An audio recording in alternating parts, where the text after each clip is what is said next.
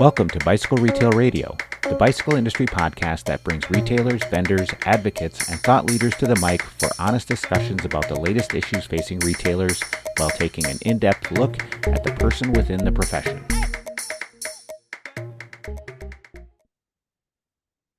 Welcome to the Flex. Today's version is our Retail Design Flex, our ongoing podcast feature focused specifically on store design, remodeling, and merchandising, produced in partnership with NBDA Association member Fixture Lab. Brian, thanks for being here. Thank you.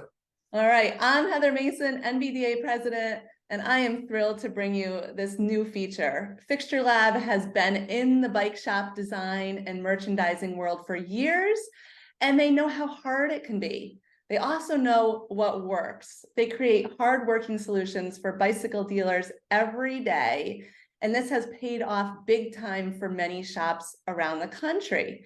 If you have a small retail business, especially in cycling, running, fly fishing, or any outdoor sports, you need to know about Fixture Lab. They design cutting-edge retail spaces that make competition green with envy. And they also make a full line of retail store fixtures that present your product in amazing ways.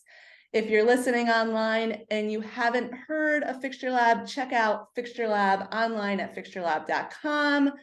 We're gonna get going with this Retail Design Flex every Friday, the last Friday of each month. We are gonna cover your most pressing questions on store design. I talk to retailers all the time, and I know you have them. So not only will you be able to listen to this Flex on Bicycle Retail Radio, but if you head over to the NBDA YouTube channel, which we'll link in the show notes, you can see a version of this episode with images and our fun faces. And Brian, we're going to show a lot of images, right? We're going to show images. Yes, absolutely. So if you're listening, definitely after you're done driving today, after you're done with your run, your bike ride, wherever you're tuning in right now, head home, head to the YouTube, and make sure you listen again with the images. The best Or you should put your phone maybe on the dashboard right in front of you so that you can watch it while you're driving on the highway. Okay, that's okay. We're gonna keep Brian's advice to the store fixturing and design today. The best part is we are gonna adapt with you. We know that as we move through retail, challenging times, fun times, questions change, and we are going to continue to answer the questions you submit to us on store design, merchandising, fixturing, remodeling throughout the year. So each month we will be choosing your questions to feature on Flex. If you're lucky with good questions, we're going to answer yours live. So you can submit questions at any time, including photos, to design@nbda.com, and we'll link that in the notes. Today we've chosen a couple questions. We're going to get into this. Brian, are you ready? I am, and I wanted to say that since this is early in the process, like we don't know exactly how this is going to go quite yet, but it'll be exciting. And there's always so much to say about any topic, so bear with us. And if we need to revisit something later on and dig in deeper to a topic that we just hit the surface of today, then that would be great. Yeah, Brian and Fixture Lab have been fantastic because they kind of roll with it, roll with me, roll with the NBDA, roll with retailers. Things change, things evolve. So today's Flex, this whole Flex, this new feature is because we have heard from retailers that they need help. There's a lot of questions out there. So this is our first episode and we're pumped. Brian, I didn't tell you, but can we start our very first episode with a question of my own? No. Oh, come on. Okay, All you right. can do it. Okay, so big picture, as I always like to do, I mean, we're post-COVID, we're in challenging times now. There's crazy things happening out there, lots of inventory, lots of riders. What is something you are seeing out there that is just interesting from a retail's perspective?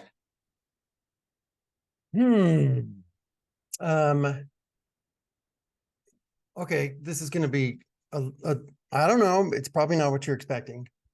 But in watching the unveiling the other day of Apple's new Vision Pro, Vision, whatever that's called, the new system and the virtual reality thing, like I felt like that was the first time where I saw that kind of technology in a way that was like, oh my God, this is going to change everything a lot. And in one way, it's scary to think about what that could do to retail, because you could virtually create a retail environment and, kind of virtually touch things essentially. But it's also exciting because what we're doing in retail is trying to immerse people in the emotion and trying to connect them with the fun that they're going to have. And oh my gosh, like talk about tools that nobody's ever had before to be able to get the emotion of cycling communicated in a great way. Like you just haven't ever been able to do that before. And I'm excited to see what leading retailers and what the bike industry and everybody does with this kind of technology at a retail level. Yeah, How's that for an answer?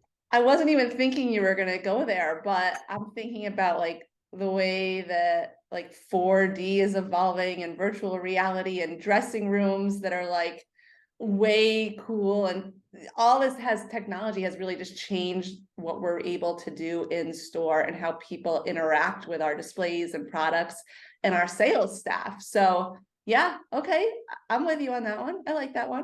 I just think it's gonna be exciting. I don't know what direction it's gonna go. There's aspects that will certainly be challenging for our industry, for other industries, but there's a lot of incredible potential there, I think. I get lots of questions from retailers on how to use technology in store best. So maybe down the line, we'll have some people submit us some questions that are specific on that and we can dive into that. And we'll keep an eye on that. So Brian, let's roll, because so what we did, listeners, is we sent an email out to MBDA members and we said, hey, we're doing this new design flex. Brian from Fixture Lab is coming on. We are going to ask him your questions. We got a ton of questions. Thank you for all the awesome questions. It was very hard to choose. So what I did today is I chose an easy question to hit you with, Brian, and then I chose a more in-depth question. For the easy question, it's kind of easy. The more in-depth, I did let Brian know ahead of time so he could come with some visuals, which if you're on our YouTube, you'll see those. And if you're not on our YouTube right now, you'll head over when you get done driving. You're not driving and watching, as Brian suggested, and we'll go from there. Brian, first question comes from an e-bike retailer in Minnesota. And his question is wondering about your thoughts on overhead music, and then says jazz, chill, pop, elevator, snooze, like what? What do you think, Brian? It's a sneaky large topic, of course. We talk to stores all the time about putting music into their stores. And I guess the very first thing that I would say regarding the whole topic is that all that matters is your customer. The music in the store isn't there for your employees, although you want to create a nice environment for your employees where they enjoy working and all that, of course. But what it's really doing is it's a sales tool, and it's helping to leverage the emotion that we were just talking about with the customer. So you want to make sure you know who your customer is first, who's walking through the doors, and then make choices musically that appeal to them. Now, it may not be the same. It won't be the same all the time. It's going to change around. You want to keep the music mix fresh. And I put a note in the middle here that is picking the right music for your customers doesn't mean picking the safest music all the time. Like you don't have to have elevator music for it to be unobjectionable and please everybody, because you're trying to excite people's emotions and you're trying to get them thinking about how fun this is going to be out there. So upbeat stuff and slower stuff and the contrast between the two and different kinds of music would be great. And when you look at industry research, all the support is there that music inside your store does all of these things on the screen here. It makes you stay longer in the store, makes you visit the store again, it makes you recommend it to others, it makes you buy more.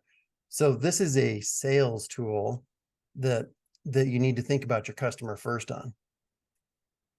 Next thing I always bring up when I'm thinking about music is the fact that most people don't know, most businesses don't know that you're in fact breaking the law if you are just playing the radio, or you're playing Pandora or Spotify or Apple Music, that kind of stuff, because of the artists' licensing agreements and the unions.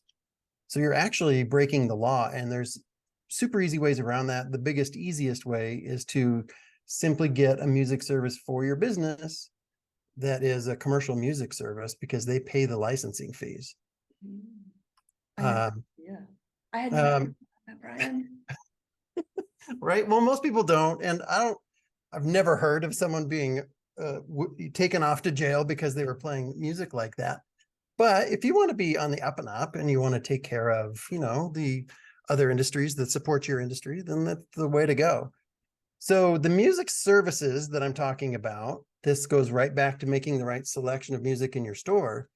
They're incredible tools for you to leverage inside the store, because I'm going to show you the next thing up here is going to be some places to check out, some services to check out. But these places have huge music selections. Think of Spotify, only it's commercial version. They have playlists that are communicated for different types of customers. Some you can even essentially click on the picture of your customer, and it picks music that they feel like is going to appeal to that customer in this environment. So there's really great tools there. The licensing's already been taken care of. The lyrics in most cases are cleaned up so that there's no explicit content in there, and you don't have to worry about F-bombs flying around in the store while you're trying to make a sale. The music choices are really easy, and it makes selecting the right music in the mix and keeping that going easy enough that it's not going to require much time at all. And you can manage it from a remote location if you want to. But there's also exciting other things that they do, like day part scheduling. So you could have one kind of music in the morning, moving into a different kind of music in the afternoon, moving into a different kind of music in the evening or weekends or whatever. You can do seasonal updates automatically, so it moves into different kinds of music there. You can do custom mixes. Many of them you can import things like your Spotify playlists right into this. So you're not losing, whatever you might have built in a system like that, or Pandora. You can do audio commercials inside the store, like to talk about a sale that's coming up, or a ride or something like that. You can integrate it with digital signage. There's even one, I don't know if others do this, because it's hard to keep up on all of them, but one of them, at least, the customer can look on their phone to see what music is playing, and they can actually request music on their phone inside the store. So that's kind of fun. All right, this is kind of a quick list. This is by no means everybody that does music services for a commercial environment, but these are some good ones. So we'll make this available, and you'll be able to click on these to link to all of the various different places to get this. Some are more expensive, some are less expensive, some have, everybody has their own take on how to tackle this. So you can hunt around and kind of figure out what service works best for you. But any one of these is going to give you a better chance of selecting the right music, the right style of music for that customer that we're talking about. Brian, I had no idea there was so much to music. I thought this was an easy question I was hitting you with. Well, no, I think we'll run into this a lot as this thing goes on. Like, you ask a simple, small question, and I'm like, oh my goodness. There's so many things we could talk about in that little topic. And in this, I feel like we're just scratching the surface, but it's really, really good stuff. So I'm excited to be able to have a little bit of time to talk about it anyway. This is the last thing that I wanted to say on the music thing. Playing the music is important too. Playing the music the wrong way in the store can be distracting and hurt the sales process. So I always recommend, there's all kinds of different solutions, but I always recommend Sonos, because it is a good it just does what you need it to do almost all the time. And it links to every single one of those music services that we just looked at. The sound quality is good. It's easy to add and subtract and move around speakers, like really easy to control. You can play different zones. So the guys in the back can be listening to something different than the customers out front. So it's just really a good system. There's my quick answer on music. How's that? It's quick, but it's detailed and it's fantastic. And if you're listening to us on air, lots of great stuff here. I hope you took notes. And again, we do have some slides that Brian is showing. So on the YouTube channel, you'll see that as well. Lots to that simple question. Well, let me dive forward because I have another question that I think is going to take some more time to answer.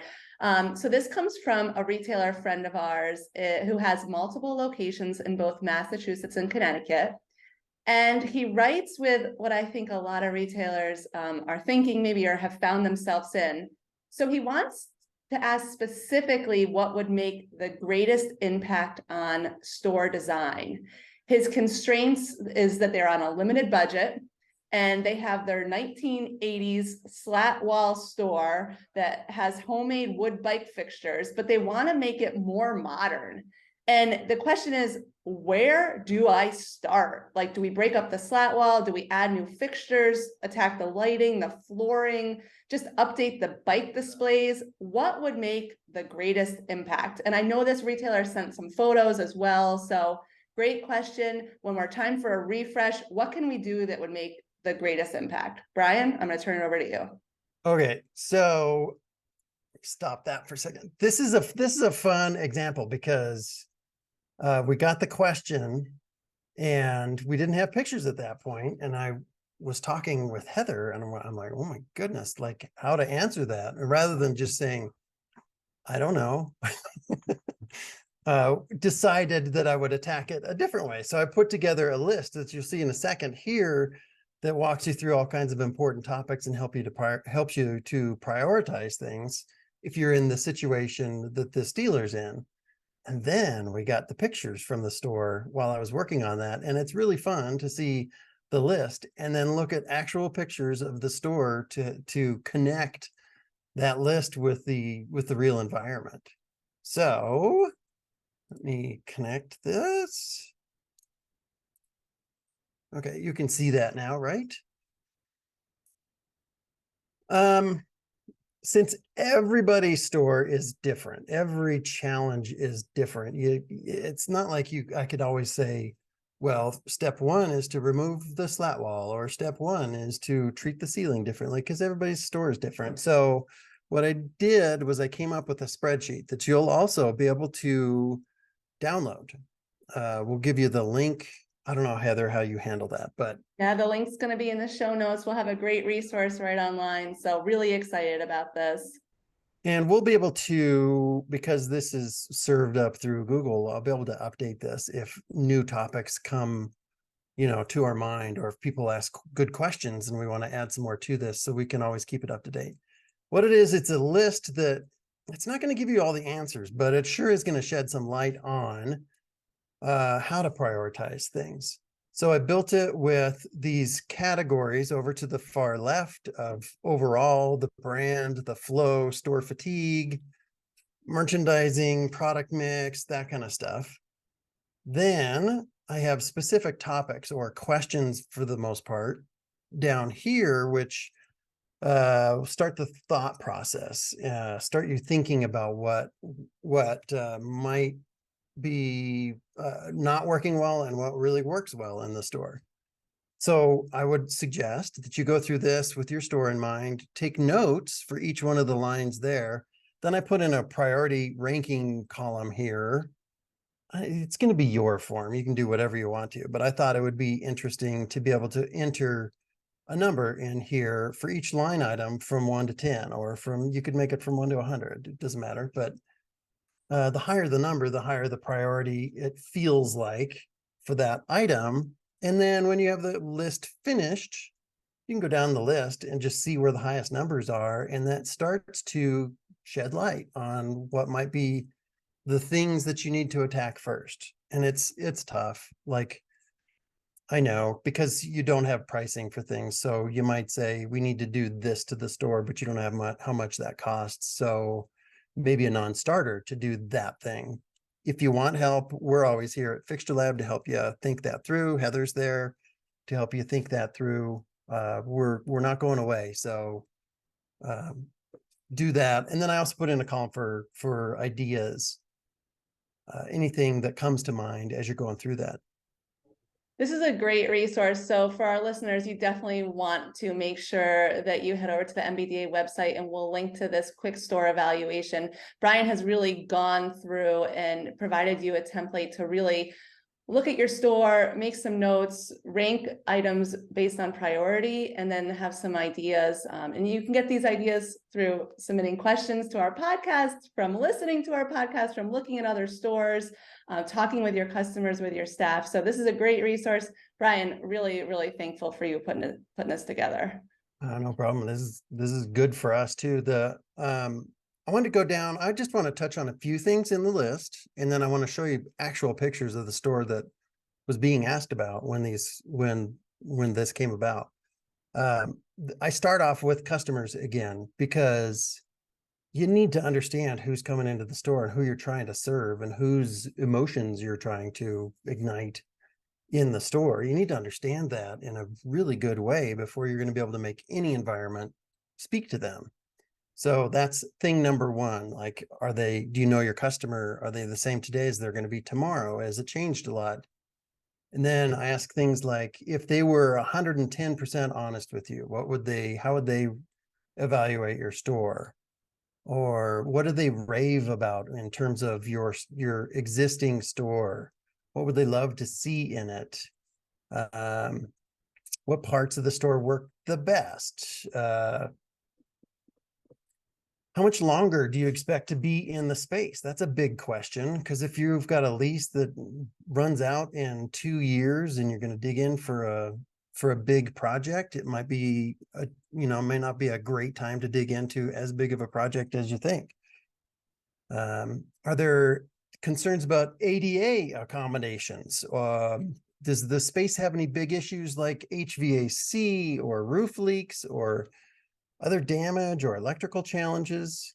Nobody in the world likes to pay for heating and air conditioning things. When you've got exciting stuff like showing bikes on the line, nobody wants to pay for heating and air conditioning. However, if that stuff has to get done, it's taken a bite out of that budget apple right out of the gate, and you need to know about that. And it could be that, whether you like it or not, that is the highest priority to get done, is to take care of stuff that is absolutely necessary. Brian, I've two questions quickly here, Brian. I'm noticing, as you're saying, that a lot of time we focus on like bike layout or whatever, and you're really big picture. You want retailers to think about the big picture of the space, and I love that. But I'm also wondering, for the people who aren't following us on YouTube and are just listening, is that a column there with a question, is the space haunted? Yeah. Reading that I correctly. was just seeing if you were going to read it. I don't know. But, if the space is haunted, there is something to, you might have to treat things differently. I guess that's my point there. I appreciate that inclusion. Okay, let me let you go. Ask your question. Like, you just got distracted by that. The list, it starts out really, really broad, but it kind of drills down to some more specific stuff. Like the flow of the store, what parts of the store's flow works really well right now, or what ones don't work well right now. Does the floor plan encourage customers to shop longer, find new products, do that kind of thing? Are there clear pathways through the store? Do customers get all bunched up? Those kind of things. Like, if you have a situation, which is very common, where you've got a main transaction area like a cash wrap too close to the service center, where there's also a transaction counter, people with bikes holding on to bikes, holding on to other products and all that on a busy Saturday, everything can get bunched up. That kind of thing can easily create the highest priority fix for you, because nobody likes to be in that environment when everybody's bunched up. So if you spread people out, design the overall flow of things better, you're going to have a better chance of the merchandising and the bike displays doing their job. I cover wall coverings. Are there things that we need to address with the walls?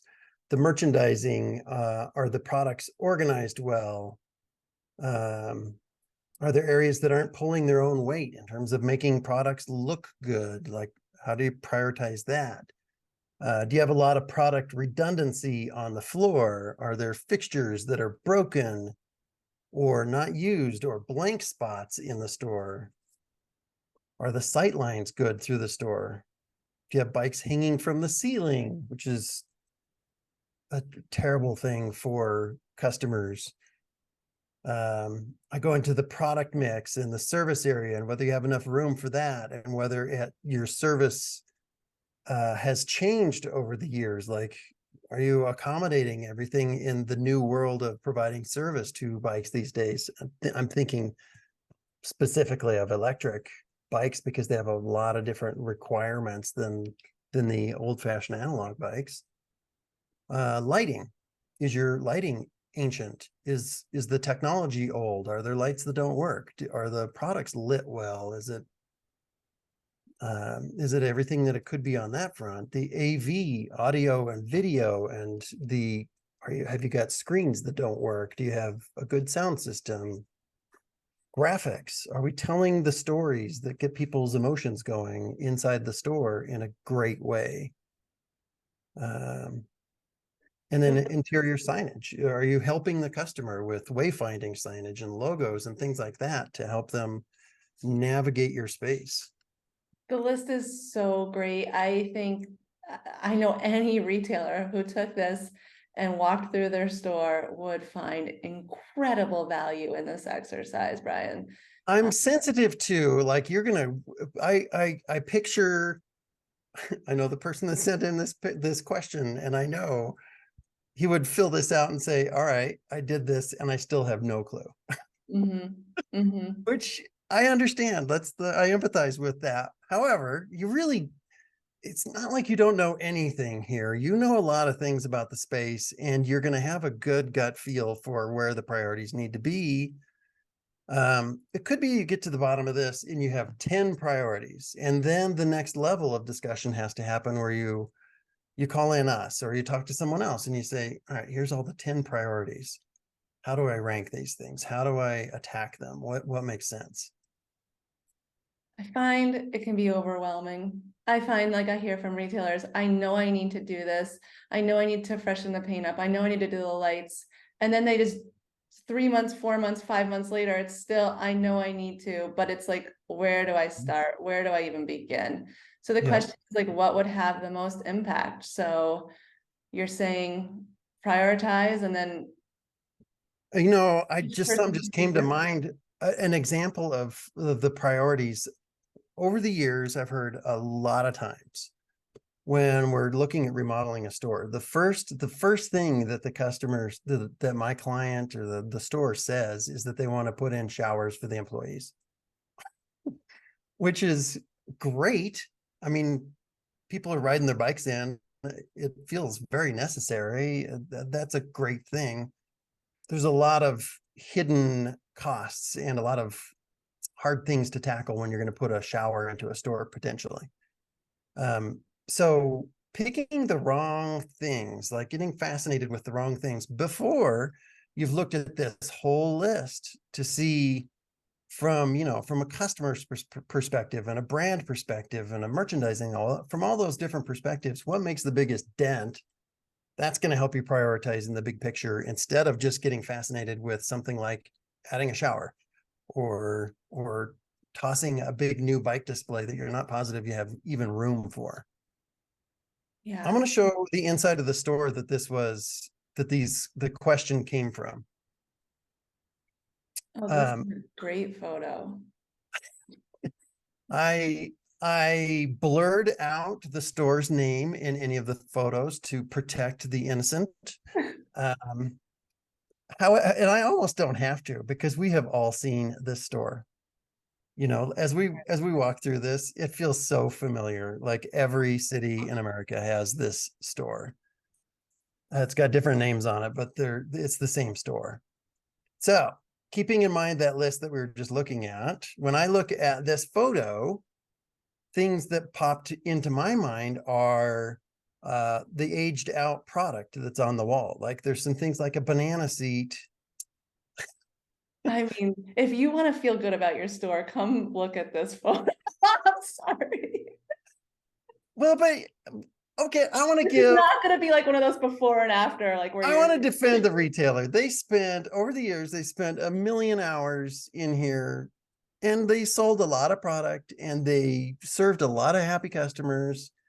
It's just so hard to keep things up, to keep it current.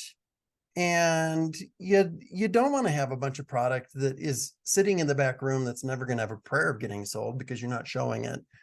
But there are choices you got to make.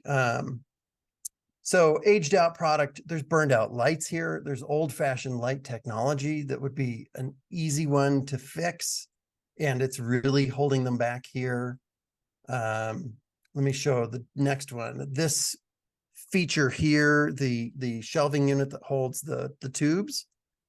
These days, it's uncommon to find a shop that wants to show that many tubes on the floor, because it's not necessary and it takes up a bunch of space. And in this case, it creates a big sight block. Like goodness, the customer could be standing where he is there, and people in the store wouldn't even know because they're hidden behind that fixture. So that's a big thing. I look at pictures like this, and one of the first things I see, and you'll see all of these things in all of the photos, but the ceiling and the lights and everything is just very flat. Like everything's so evenly lit. It's like it's a garage or something. It's just, you know, you can see the products, but everything, there's nothing that's the star of the show here. There's nothing that jumps out at you. There's nothing dynamic. It's just kind of flat. The color palette is fairly dated now. And that adds to the problem. As soon as I say something like, I don't like white ceilings, someone's going to show me a store where a white ceiling works perfect, you know? So I understand there's exceptions to every rule, but one thing that's happening in this store is everything is the same color. The floor is about the same color as the ceiling, which is about the same color as the slat wall, which is about the same color as the back wall. So again, there's nothing dynamic happening there to pull you through the store. You feel like once you stepped in the front door, you're probably overwhelmed and you've seen it. You don't need to see anymore. I see rows and rows of bikes and rows of bikes up on a rack there. Those look like they're made out of wood. So I think that's the fixtures that are being talked about. That just leads to a lack of delineation in the product. There's no story being told there, or things aren't broken out so that when you walk in the front door, it says, over here in this corner is the road bike zone, which is amazing. And there's the most current and unbelievable product in that area. This store just isn't telling that kind of a story. Blank spots. See that hole right there? And the hole back here on the slat wall and other things that you can start to see here. Very common for a retailer to come to me and say, we need to expand the store. We need a few thousand square feet more because we're out of space. And then I look at the store and it looks like this. And in this store, I can almost guarantee that you could get 50% more new product into that store if you're just merchandising better and giving yourself better tools, which is like having a expanded store, only you're not paying for an expanded store. All you're doing is investing in the right tools and the right merchandising to make it happen. This is great. And yeah, if you are listening on our podcast, be sure to check out the YouTube channel. There's some great photos that Brian is showing right now that will really get your brain thinking and and learning from him what you can do in your store right away. Yeah, Brian, keep going. You see what I mean? When we look at these pictures, haven't you seen this store a lot of times? I'm a little afraid. I'm not complaining about this at all. I think this is the way it's, shoot, who knows? If I owned a store. I want more photos. If you're listening, if you're watching this first episode, listen, send us your photos so we can Right. enjoy your photos. Okay, so what we see in this one is old posters, like bike stuff. We see that all the time. Race posters, jerseys, awards, medals, things like that in there. And it's not like those don't have their place in a bike shop for sure. Like that gives you some credibility that says you've been around a while. But when it looks like this stuff is up there simply because it was put up in 1978 and no one's ever addressed it again, that's the problem.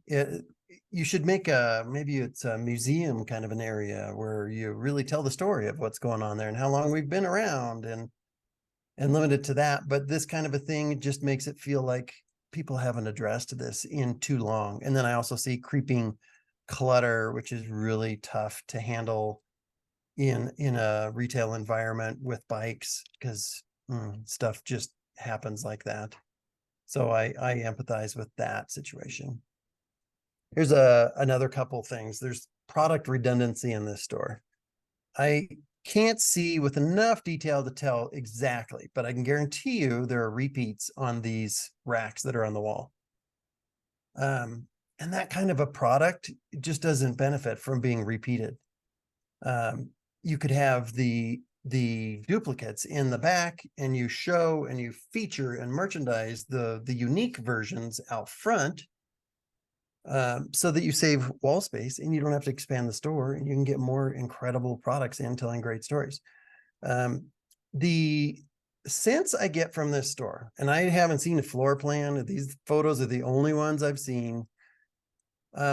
I feel like there's all the signs here that an evaluation needs to be done on where products are placed in the store and in the basic flow of things, because it seems like this behind, if we go over to the left here, that's the front of the store, I think. And if that's the front of the store, it's a interesting decision to put offices and that kind of stuff up front, because that is your golden moment. Someone walks through the front door, your products that they initially see are really, really important. And it feels like not the right choices for the right products in the right spot. This one shows a lot of product redundancy. Like these bags all look identical. Mm-hmm. And that's such a waste of valuable space. There is a story to be told about, having a lot of inventory. There's another presentation that I did with the NBDA about where today's bike shop came from, in kind of goes way back to, post World War II kind of a thing. And just showing more and more and more stuff in the store isn't where consumers' minds are at these days. You need to tell the stories. That's where their heads are at. And you need to really merchandise well. Few other things here. Inefficient merchandising, the holes in the product there are going to decrease the ability to sell things. The product mix looks like it needs to be evaluated, because you don't get the feeling that this is a store from 2023 in this photo. You feel like these might be bikes from the 80s or 90s, even though you see some in there that are clearly new technology. Looks like the floor is kind of tired, may need to be addressed. This is another one where it feels like, because of the placement of the service menu and things that we can't see here, I'm guessing that there's an issue with flow inside this store, where I bet people walk in and get all bunched up, like I was talking about, around the service area, and it prevents people from getting in to shop. It's totally a guess. But you can see you can see what I'm seeing when we look at all this. Then there's a lot of product redundancy in this photo with bikes. or at least it looks like there's a lot. And then we've got a sea of bikes. It goes back to the other point that I made, where you're just looking down row after row of bike after bike. There's no signs to help you figure out what's going on there. There's nothing broken out, nothing turned to the side that makes something look especially sexy, make it stand out. The lighting is all very flat. So this just is like, it's just a blur when you walk in the front. But these are all things that we can address. I mean, you can definitely put together plans that attack without having to increase the store space, without having to spend millions of dollars on this. We can attack this stuff and make a huge difference. It's really great to see the photos and just hear you talk through what you're seeing, because I think sometimes we're too often in the store. We don't really see it. We can't we don't have fresh eyes on it. So seeing the images and then seeing what you're seeing can get us thinking about our space and then how we might be able to make little but impactful changes. I'm really hoping that that list that we looked at, that I put together, helps to give fresh eyes to what you're looking at. You know, that was entirely what I was hoping for there. Brian, it's really, it's awesome to have you do this special flex with us to focus specifically on design and merchandising. I'm sure there's so many people who are now, we've only talked about music and just like, what can I do today in this space? But already my brain is churning, and I'm hopeful that our listeners are as well. So we need more questions, right? We want future episodes, submit questions, right? Yeah. And submit the photos with the questions, because you can see how valuable that is to be able to look at, I don't know, a question might be something like, I have this wall in my store and I don't know what to do with it. You know, like, or what's wrong with this thing? Or what do you think of these colors? I don't know. Yeah, retailers, this is a huge, awesome opportunity. Be specific, send us a photo. And if it's a great question, maybe a little funny, we like a little humor mixed in there, a great photo, we will feature it on the next Design Flex, and Brian will give you some expert advice, some feedback. And not only will you benefit, but our listener base and all the other retailers out there will benefit as well. Brian, awesome first episode. Yeah. Yeah. It's Awesome. good, right? Brian, super thank I'm you. excited to do this more. This is fun. This is going to be good. Yeah. So, all right, send those questions to design@nbda.com. That comes directly to myself and Brian, so we'll both see them. Any questions, anything goes, design, merchandising, remodeling, fixturing. We love images, so make sure you send those as well. If you're listening on air, make sure you head to our YouTube channel later so you can see the images. There was some great photos in there that'll really help you put it all together. Brian, special thanks to you. Special thanks to the membership of our membership base, our listener base. Hey, do us a huge, leave us a review. It helps people find our podcast. Also share this episode if you know other retailers that are friends of yours. It doesn't matter if they're in the cycling industry, sporting goods, jewelry, it doesn't matter. This is retail design. There's a lot that's applicable to multiple industries. So go ahead, share our episode, share the YouTube, be cool. Yeah, send us your questions. Brian, anything else on your side? No. Awesome. All right. We'll see y'all back here next time. Thank you. And with this we go. Thanks for listening. Thank you for listening to Bicycle Retail Radio. This podcast is designed specifically for the bicycle industry, dedicated to strengthening our retailers and cycling community. If it is your first episode, we urge you to take the time and listen to our past episodes.